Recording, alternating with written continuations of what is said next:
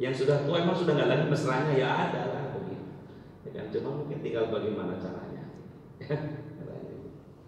Memperlakukan dengan baik, ya kan, kepada istri. Jadi dimuliakan. Jadi kecenderungannya perempuan yang nggak pernah keluar itu Pak jenuh, suntuk. Nah maka ketika ada majelis taklim, ente Pak datang ke masjid ngaji, itu bisa merefresh jiwanya begitu.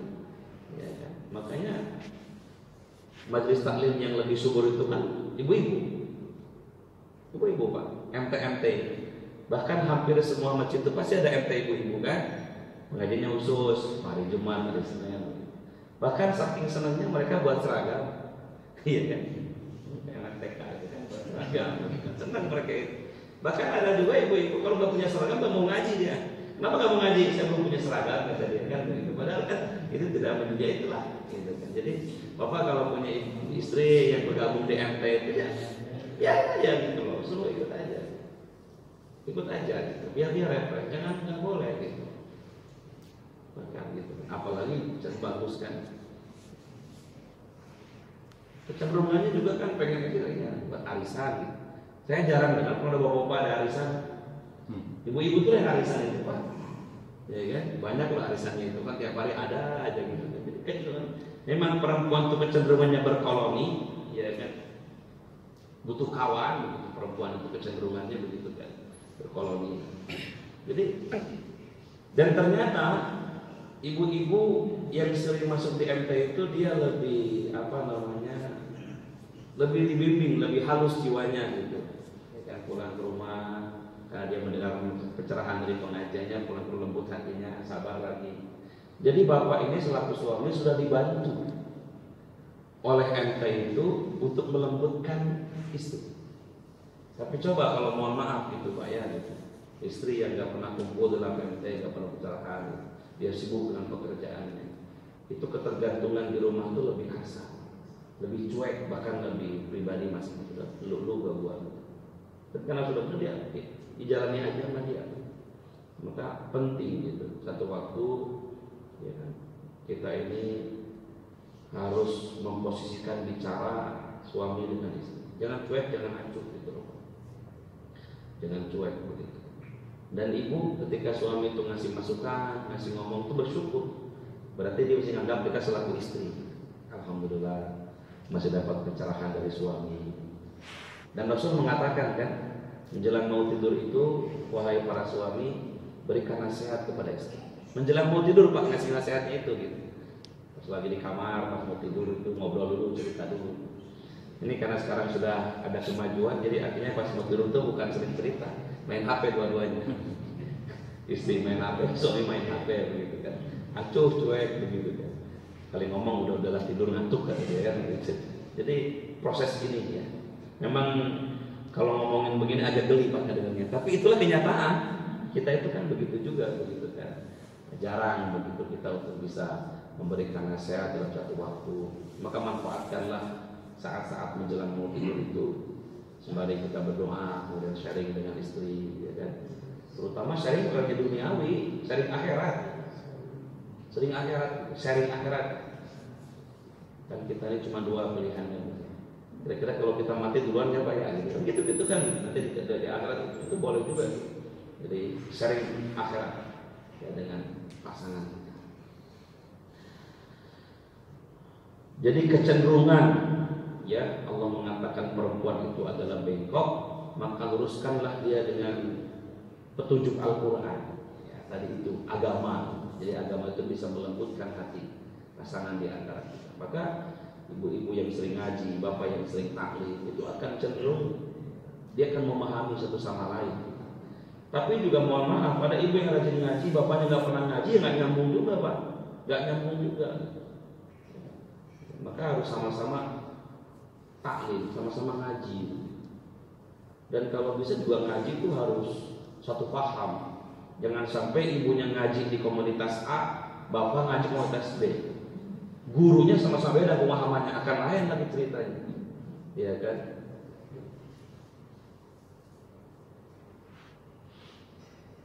Saya pernah cerita apa enggak gitu ya. Jadi 2 minggu 3 minggu belakang lah, ada seorang suami datang ke rumah cerita, Ustaz, saya ini aneh, kenapa sih? Istri saya itu 2 kali ngaji dengan 1 majelis taklim, kata dia, kok tiba-tiba tadi malam minta cerai. Bayangin Pak, 2 kali ngaji dengan, saya udah bercerita sebelum ini ya, 2 kali ngaji dia dalam 1 majelis taklim dan likom itu, tiba-tiba tadi malam minta cerai, kata dia. Terus saya bilang, kenapa Pak? Bang, kenapa? Dia nggak tahu, kata dia, mungkin abang ngasih nafkah. Apa nggak? Kata dia, rekening saya itu, gaji saya diambil dia. Saya nggak pernah, saya baru dapat dari dia, kata dia. Saya ini nggak pernah macam-macam alhamdulillah dengan perempuan, enggak. Saya sayang sama dia, sama orang lain. Tapi kok kenapa? Sebelumnya nggak ada apa-apa. Tiba-tiba dia cerita bahwa dia ikut ngaji-ngaji gitu. Buat tiba-tiba, Bang, kita cerai aja. Hah, kaget saya, kata dia. Jadi saya ini dituntut, kata dia, dikasih waktu 2 hari untuk bisa mereka gugatan cerai saya ke pengadilan. Sebelum selesaikan dulu, Bang, jangan ini. Makanya saya kaget. Udah gini aja, saya bilang, abang akan tanda tangan itu. Syaratnya saya bilang, abang ajak sini banyak, ketemu kita bertiga. Saya pengen tahu dulu kan. Inilah Pak kekuatan doktrin agama kalau salah paham. Kalau salah paham. Akhirnya siapa juga bisa tuh, coba aja ya. Iya, coba aja. Kalau enggak ya, abang ajak jalan dulu kemana deh. Minta dulu siapa tuh ada pemahaman yang maksudkan otak ini kan Pak. Kadang-kadang orang tuh selip gitu memahami. Nah, saya cerita itu, dia cerita itu mau. Saya bisa lah, tapi sarannya kamu ketemu dulu kan sama ini Ustaz. Temen saya maksudnya gitu ngobrol dulu. Datang tuh berdua aja datang. Saya tanya, Mbak, saya bilang ini abang ini nggak mau dia cerai. Kenapa abang ngajak cerai? Makanya dia nggak cerita. Pokoknya Ustaz sudah nggak bisa sejalan lagi lah. Ngapain berumah tangga kalau nggak sejalan, kata dia. Nggak akan sampai ke akhirat. Ngomongnya gitu. Pokoknya dia nggak akan sampai ke surga, malah akan menjadi penghambat dia masuk ke dalam surga. Saya gali, singkat cerita, ternyata ujungnya begini. Dia mendapatkan pencerahan dari guru, dari ustaz itu begini, memahami 1 hari begini. Barang siapa yang punya suami nggak pernah sholat, maka dia sama dengan babi. Maka kalau ibu tidur dengan suami nggak pernah sholat, ibu tidur dengan babi, maka ceraikan. Gitu loh Pak, memahami. Akhirnya si perempuan ini kan teringat, makanya saya kadang-kadang sangat hati-hati gitu. Memahami hadis itu, khawatir ada di antara jamaah itu yang kadang-kadang cepat nangkap, tak. Nah itu loh Pak. Jadi akhirnya dia pulang ke rumah, dia cerita, nggak cerita maksudnya, punya udah Bang, kita cerai aja Bang. Jadi akhirnya ketawa juga suami itu. Jadi gimana? Saya itu Ustaz kadang lihat si abang ini kadang sholat kadang enggak, kata dia. Ya namanya kesibukan mungkin Pak ini. Jadi kata dia, daripada saya tidur rambauin, saya cerai aja. Akhirnya saya bilang, Mbak, saya bilang hadis itu bukan begitu memahaminya. Bukan begitu memahaminya. Bukan lanjut kemudian misalnya Mbak harus cerai gara-gara tidur dengan suami nggak pernah sholat. Tapi bukan itu. Selama ini kan abang baik dalam bentuk nafkah nggak kurang, dia nggak bermacam-macam gitu kan, kemudian jadi imam juga gitu kan. Kalaupun abang misalnya pernah mendengar sholat 1 kali 2 kali, ya itu mungkin kekurangannya yang belum istiqomah. Justru saya bilang kalau Mbak ceraikan dia, yang mudahkan dia siapa? Yang mudahkan dia siapa? Saya bilang. Pemahaman hadis itu tuh bukan berarti langsung kemudian kita cerai, bukan. Hadis itu begini. Ada seekor babi dalam kitab An-Nawawi itu Pak. Ada seekor babi, dia cerita. Dia bersyukur kepada Allah bahwa dia diciptakan menjadi makhluk, seekor hewan, walaupun hewan yang dihinakan oleh Allah. Tetapi dia masih berterima kasih kata daripada aku diciptakan menjadi seorang manusia yang meninggalkan sholat 5 waktu. Begitu maksudnya gitu Pak. Jadi nggak ada kaitannya dengan suami yang nggak sholat kemudian tidur dengan babi, itu nggak ada begitu. Tapi dipahaminya begitu, dia seakan-akan kita. Nah kayak gini. Makanya saya bilang, kalau bapak ibu tuh ngaji, kalau bisa pahamnya harus sama begitu. Pemahaman keagamannya itu harus lurus gitu. Jangan sampai bapak ngaji di mana, ibu ngaji di mana, nanti pulang ke rumah nggak aku. Bapak ngaji dengan pemahaman misalnya ya wasatiyah, tawasud, moderat gitu kan. Ibu ngaji di tempat yang memang mohon maaf gitu. Dikit-dikit nggak boleh, dikit-dikit bid'ah, dikit-dikit kafir, dikit-dikit sesat. Nanti pulang ke rumah nggak cocok, Pak. Nggak cocok. Orang tua kita mati, istri akan beda paham, bapak akan beda paham. Coba, Pak, orang tuanya mati. Bu, kita kasihan 7 hari ya. doa di sini 40.000 atau kata nggak usah Pak, apa yang bid'ah itu? Bid'ah Pak, nggak ada salahnya ngapain? Akhirnya apa coba? Nggak jadi agama itu Pak, karena pemahamannya salah. Karena dua-duanya nggak ketemu gitu. Maka ini penting di sini pemahaman suami itu harus benar biar bisa meluruskan istri. Yang repot itu istrinya ngaji, suaminya nggak ngaji, iya repot. Itu nggak ngaji dua-duanya repot juga kan. Nah ini di sini pentingnya. Jadi nggak bisa anggap sepele Pak pemahaman mau gitu itu, nggak bisa anggap sepele. Jadi sangat berbahaya sekali gitu kan. Maka kali-kali Bapak kepo deh sama istri. Mau ngaji di mana? Ustadznya siapa? Apa yang ngaji? Tanya gitu. Tanya Pak. Ya, jangan sampai kita ini istri ngaji entah kemana, entah apa yang ditelan sama dia. Itu kan entah apa yang dikerjain sama dia, begitu kan. Kita harus nanya juga ngaji apa, dengan siapa gitu kan, kemudian apa yang disampaikan gitu. Jangan sampai apa namanya, karena dia apalagi mohon maaf, kita yang punya istri dulunya emang nggak pernah belajar agama. Tahu sendiri istri kita dulunya emang sekolah umum, pas berumah tangga dengan kita lah tahu dikit-dikit mau ibadah, tak masuk dalam majelis taklim, eksklusif ngajinya itu orang-orang tertentu gitu kan, pemahamannya waduh repot itu Pak Bu. Kesiksa kita Pak suami itu kalau itu begitu pemahaman, waduh kaku gitu kan. Kata ustaz saya begini Pak, kata ustaz saya, ustaz yang dibawakan ujungnya kan gitu. Jadi ada pemahaman yang apa perlu kita sampaikan, ya kan. Tidak boleh kita menjadi orang yang kaku, ya kan, dalam memahami agama itu nggak boleh gitu. Dalam kehidupan rumah tangga gitu juga sama.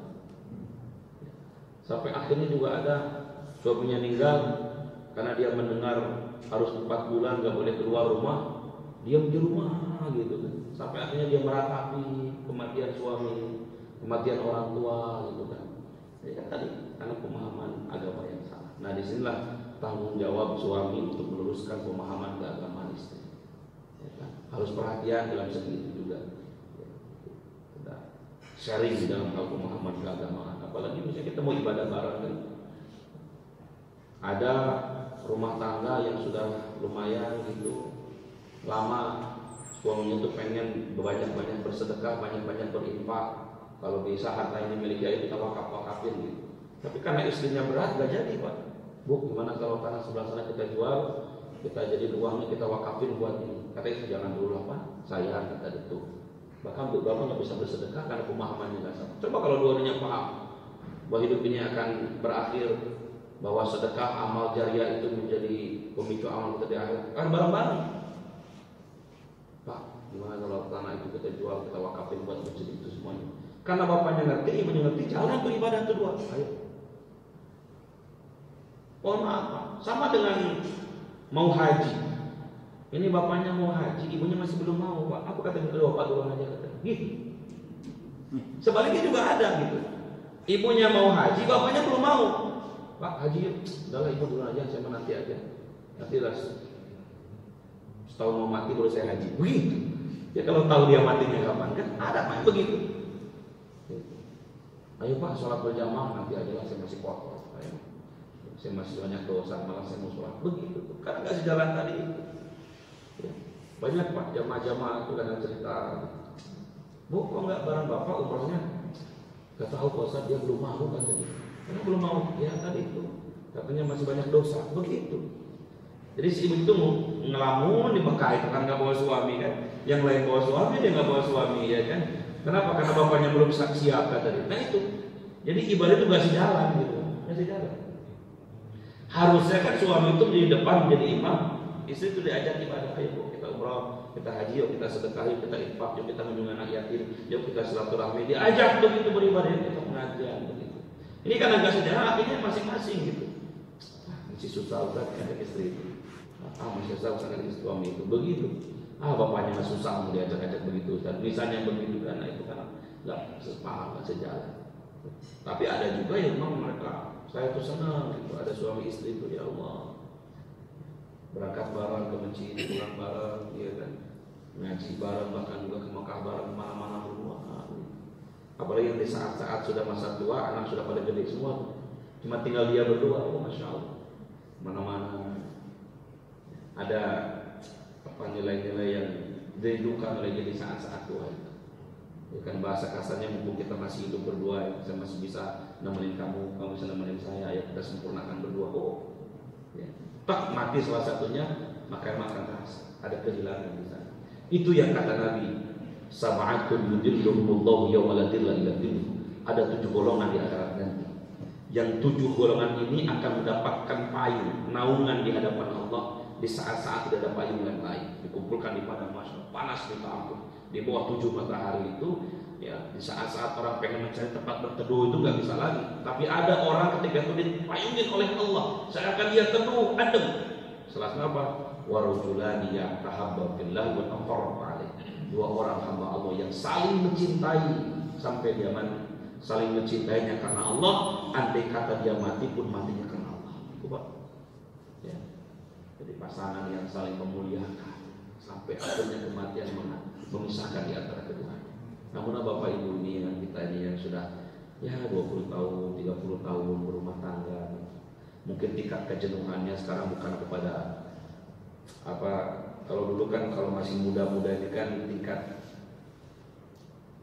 seksualitas mungkin kan gitu Pak ya dengan pasangan. Sekarang kalau sudah usia 60 tahun mungkin udah ke arah sana lagi begitu kan. Tapi sudah mawaddah warahmah tadi, sudah kasihan, sudah sayang. Saya pernah melihat ada seorang suami Pak ngurusin istri kalau sudah sakit. Suaminya sudah usia 60 lebih, istri juga sudah tua juga, tapi dia masih mau ngurusin istrinya, mandiin istri, nyuapin istri, masya Allah. Gak kepikir sama dia mau macam-macam gitu kan, apa yang udahlah istri sudah begitu mah kayak kok gua kawin lagi aja, nggak kepikir begitu Pak. Tapi dia malah sayang gitu kan. Sebaliknya ya ada istri yang memang ngurusin suami di masa tuanya. Suaminya punya stroke gitu kan, diantar kemana-mana gitu kan, bahkan disuapi kemana-mana, masya Allah gitu. Itu ibadah yang luar biasa, masya Allah. Nah, ya mudah-mudahan lah kita jadi bagian untuk bisa meluruskan istri dengan perkataan yang baik, insya Allah. Wa an Abdullah bin Zam'ah annahu sami'a Nabi sallallahu alaihi wasallam yakhutubu. Dari Abdullah bin Zam'ah meriwayatkan bahwa ia pernah mendengar Nabi berkhutbah.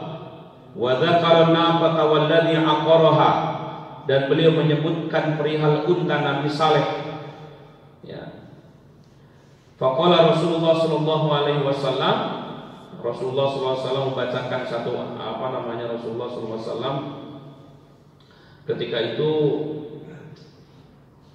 berkata, menyampaikan idzin ba'asa ashqaha, ini ayat. Idzin ba'asa ashqaha in ba'asalaha rajulun azizun. Ya, kata Rasulullah, ketika bangkit orang yang paling celaka di antara mereka nanti, ya kan, untuk menyembelih itu bangkitlah dengan segera seorang laki-laki yang perkasa, jahat serta perusak dan memiliki kekuasaan di kalangan kelompoknya. Selanjutnya beliau menyebutkan tentang kaum perempuan, lalu beliau memberikan nasihat mengenai perempuan dan beliau bersabda, ada seorang di antara kalian secara sengaja hendak memukul istrinya sebagaimana memukul seorang budak, tetapi barangkali pada akhir harinya ia menyetubuhinya. Setelah beliau menasihati mereka tentang tertawa karena kentut, dan beliau bersabda, mengapa seseorang di antara kalian menertawakan apa yang dia lakukan sendiri? Ini maknanya begini, memukul pasangan itu sangat dibenci sama Rasul, apalagi di satu sisi dia masih berhubungan dengan perempuan. Kan ada ya laki-laki siang harinya dia mukul istri, di malam harinya dia bersetubuh dengan istrinya. Kata Rasulullah, ini gimana begitu kamu ini? Di sisi lain masih bisa menikmati istrimu, tapi di sisi lain masih kasar dengan istri. Marah. Rasulullah sangat benci begitu kan kepada laki-laki yang melakukan suaminya begitu. Di satu sisi main tangan, main pukul, gitu. Tapi di sisi lain masih mau begitu kan. Rasulullah sangat menyimpan perhatian di sana untuk kita lebih memuliakan gitu kan. Ya, sayangi, muliakan gitu. Kalau kita masih bisa mengambil manfaat dari istri, masih mau bersama dengannya, masih mau menemaninya begitu. Qala Rasulullah sallallahu alaihi wasallam, la yafraq mu'minun mu'minatan in karya minha hulukan radhiya minha akhar au qala ghairah. Rasulullah bersabda, janganlah seorang mukmin lelaki membenci seorang mukmin perempuan mukminah, karena apabila ada satu budi pekerti perempuan tersebut yang dia sukai, tentunya ada budi pekerti yang lain yang dia sukai atau dari budi pekerti yang selain dia cintai. Ya, kalau kita ini sedang marah dengan istri, ingat kebaikan-kebaikannya, itulah. Ya, di antara sekian keburukannya masih banyak yang baiknya. Begitupun ibu, yang di antara sekian keburukan suami dengan kita masih banyak kebaikan-kebaikannya. Ketika berbuat buruk, sabarlah dengan semua tingkahnya, ya kan? Sabar gitu kan. Jadi ketika kita kesal tuh yang diingat kebaikan-kebaikannya gitu. Jangan sampai kesal satu kali seakan-akan gak ada kebaikan sedikit pun dari dirinya, gitu kan? Emang syaitan tuh begitu pak, syaitan begitu gitu kan. Ketika orang berbuat buruk itu kebaikannya gak teringat lagi, yang ada tuh keburukan aja. Syaitan tuh begitu. Maka ketika kita kesal itu ingatlah kebaikan-kebaikan, biar muncul sifat sabar dalam diri kita. Sabar di samping Allah, mungkin sekarang lagi gak mood, kondisinya lagi gak nyaman, begitu kan, sudah sabar dulu gitu. Nanti ada waktu-waktu kita bisa mendapatkan kebaikan, karena alangkah banyak baiknya dibanding banyak buruknya. Tapi kadang-kadang karena hati kita ini kecenderungannya mungkin ya digoda iblis, sehingga mohon maaf kebaikannya banyak dilupakan, yang itu adalah keburukan. Maka itu kita diminta untuk saling memaafkan di sana, ya kan? Sesering mungkinlah begitu. Bahkan kalau bisa dari mulai sholat malam ke sholat pagi, maghrib ke subuh. Ya, maghrib ibu minta maaf dengan suami, bapak juga memaafkan istri. Terus besok subuhnya beraktivitas, subuhnya minta maaf lagi, saling memaafkan, ya, saling maklum. Karena kalau kita mohon maaf dengan yang terdekat saja sudah tidak saling memaafkan, apalagi yang jauh gitu. Dan biasanya mohon maaf terkadang dosa itu lebih banyak dengan yang dekat, ya kan? Kalau tiap hari ketemu, tiap waktu, tiap saat mungkin kita berdampingan begitu ya tadi. Ada perasaan gak dihargai, gak dihormati, naik kadang-kadang kita sering marah, mudah-mudahan itu. Maka jangan kurang-kurang saling memaafkan di antara kita, insyaallah. Wa an Muawiyah bin Haidah qala qultu ya Rasulullah, dari Muawiyah bin Haidah dia berkata, ya Rasulullah, wahai Rasulullah, ma haqqu zaujati ahadina alaihi. Ya Rasulullah, apakah hak istri seseorang di antara kami atas suaminya? Qala antu'a imaha idza ta'inta. Apa kewajiban suami itu loh kepada istri, atau apa hak yang diterima istri dari suaminya? Kata Nabi tadi, nafkah itu antu'a imaha idza ta'inta. Berikan makan apa yang kau makan. Berikan makan apa yang kau makan. Ya, pemahaman konteks kekinian mungkin berikanlah makan yang disenangi sama istri. Kalau bapak senang makan A, kasih juga apa yang bapak makan kepada istri. Kecuali kalau istri nggak senang, gitu kan. Jangan saya bapak makan enak, istri makannya apa adanya. Kan ada gitu pak ya. Enak, cuma makan di restoran terus karena kerja. Istri di rumah boro-boro makan enak begitu kan. Ada juga kan begitu gitu. Makan siangnya enak terus kita di luar kan. Yang kerjaannya di kantor makan siang enak. Kalau istri di rumah mungkin ya makannya makan apa yang ada yang masak aja.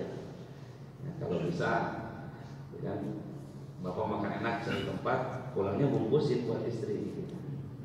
Ini enggak, baju ingat nambah lagi gitu kan. Ingat sama istri nambah lagi dia makan sama dia sendiri gitu kan. Wa taksuha idza kasaita, dan berikanlah pakaian dengan apa yang kau pakai. Maksudnya ini pemahamannya ketika bapak itu pakai pakaian yang ya bagus gitu, bapak juga punya kewajiban berikan pakaian yang bagus buat istri. Tapi kalau masalah itu insya Allah lah pak ya.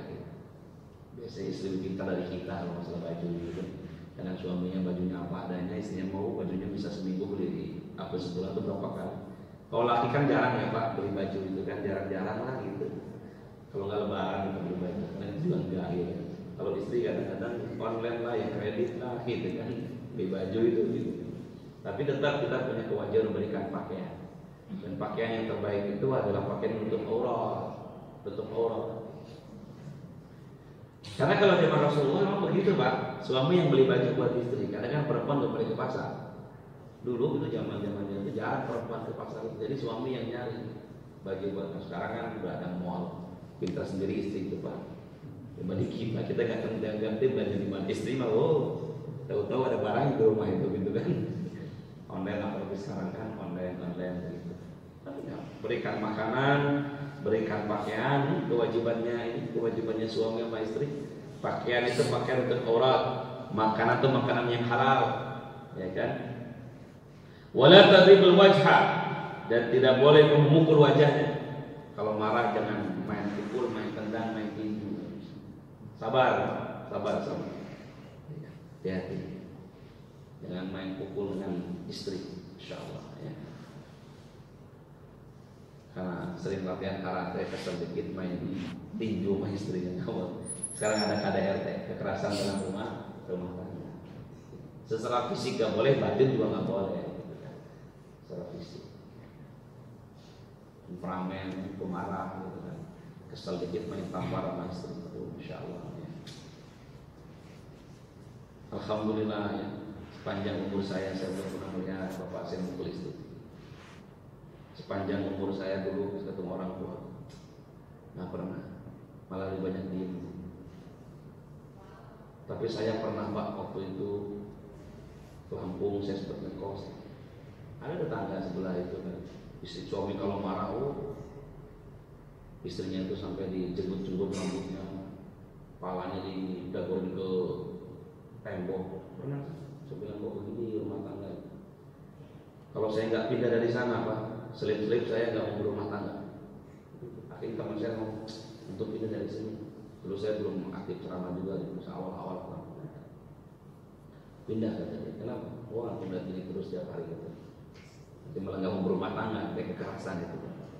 Makanya mohon maaf Pak, fenomena itu dilihat sama anak kita. Nanti anak akan begitu memperlakukannya dengan pasangannya. Maka titip wala tadribul wajh. Jangan pukul istri. Jangan main tendang, sayangnya. Jangan main tendang, jangan main pukul gitu kan. Padahal kalau suami sudah ngeluarin sabuk, kemudian dia pukul istri pakai sabuk, ya Allah. Nggak tahu, mungkin bapak pernah lihat gitu nggak? Itu kan orang begitu ya, mungkin ya di TV kali kalian gitu kan. Tapi nggak tahu juga kalau memang kita pernah melakukannya, yang bertobatlah gitu, minta maaf lah kalau kita pernah mukul istri itu, ya Allah gitu. Ya, hati-hatilah. Wala tadribul wajh, jangan kau pukul wajah. Kalau marah sama istri itu, kata Nabi, memang ada pukul tuh Pak, tapi itu di ujung-ujung. Kalau sudah dia melawan juga, saya dikurangi. Tapi yang pertama mendiamkan. Kalau istri lagi marah, diamin aja Pak. Diamin aja Pak. Itu lebih baik Pak. Diam. Tapi kalau dia marah, kita marah juga, udah jadi. Akhirnya ya perang mulut gitu. Diam saja. Jadi diam itu bukan berarti mengalah, bukan. Jadi diam itu bahwa kita agar tidak berantem begitu kan. Maka perempuan itu memang kuat Pak dari segi bicara. Makanya coba, kenapa kalau perempuan itu lagi nangis, yang dipegang tuh mulutnya. Perempuan tuh lagi nangis, pegang tuh mulutnya. Coba. Tapi kalau laki lagi nangis, dipegang tuh matanya. Sebegini kalau laki. Ini gitu dia. Nah, perempuan begini gitu. Kenapa? Karena emang perempuan banyak dosa di mulut. Nangis dia. Perutnya kan dipegang tuh bukan mulut, ini mata. Kalau laki kenapa matanya? Karena kalau laki itu banyak dosa di mata. Dan gitu aja. Akhirnya banyak dosanya di mata. Jadi memang bapak kalau melawan perempuan lewat mulut gak akan menang Pak. Sampai kamu gak akan menang Pak. Mau bapak tuh ahli ceramah, ahli pidato gitu kan. Ribut sama istri, pakai perang gak akan menang. Udah. Jadi diam aja. Sampaikan dia biar cek gitu kan. Tapi kalau dalam kitab buku tulisan itu, kalau ribut sama istri, jangan dulu pindah kamar. Kalau enggak tidurnya sepunggungan kan. Sepunggungan itu jadi begini gitu. Bapak kesini, udah udah telat tidur kan nanti pasti kena juga gitu kan. Nah kalau sudah nggak bisa lagi pindah. Jadi dia di kamar ini, di kamar biar sama-sama renung. Maka diam itu satu waktu menjadi solusi untuk sama-sama mencari jawaban yang betul, ya kan? Tapi kalau memang sudah kekerasan lagi ya boleh kok pukul, tapi bukan pada wajah, pada kaki, pukul istri itu. Tapi itu sudah puncak lah. Tapi ini ada tiba-tiba ya karena emang temperamen suaminya ya main mukul aja deh, main mukul, main tendang gitu kan.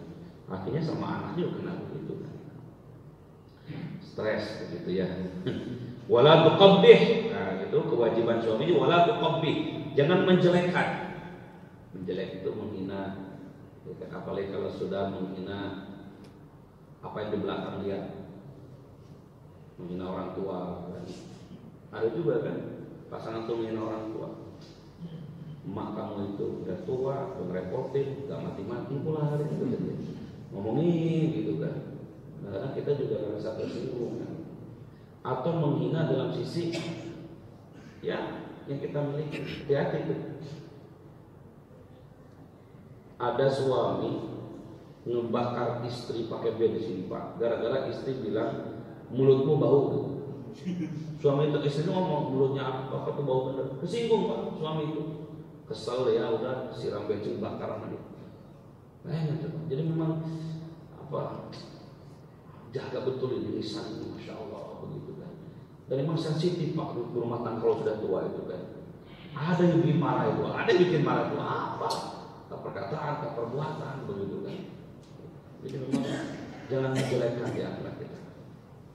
Kalau kita sudah tidak bisa memuji pasangan kita, khawatir di luar sana gak ada yang muji gitu Pak. Jadi kita lah puji. Ibu pujilah suami itu Bu. Pujilah daripada ada perempuan lain puji-puji dia di luar kan.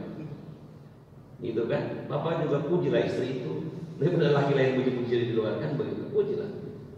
Jangan saling rendahkan. Kamu itu nggak kayak dia. Nah itu nggak boleh tuh. Membanding-bandingkan itu nggak boleh. Kamu tuh nggak kayak dia. Hormati perasaan istri. Ini kewajiban suami itu ya. Kewajiban suami. Jadi kalau suami gak ngasih makan, gak ngasih pakaian, dia mukul, kemudian dia menjelek berarti itu bukan mempergauli dengan baik. Tadi kan ada wa'asyurun. Jadi suami yang bergaul dengan baik itu adalah ketika dia ngasih makan, ngasih pakaian, kemudian dia tidak memukul, dia halus secara bahasa, tidak pernah menjelek-jelekan di antara keduanya. Bahkan dia saling memuji. Wala tahjur illa fil bait, dan janganlah kalian keluar dari rumah kalian. Maksudnya itu ketika ribut jangan cepat undur, apalagi kalau sampai berita dengan kedua orang. Karena ada juga Pak ribut dikit keluar, baru pulang lagi 2 hari datang, gitu kan? Tak kemana gitu ya udah, undungan begitu kan?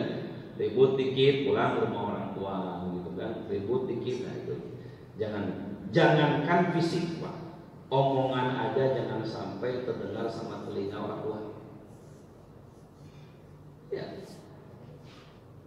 ada orang lagi ribut suami istri, tiba-tiba ada tamu Pak.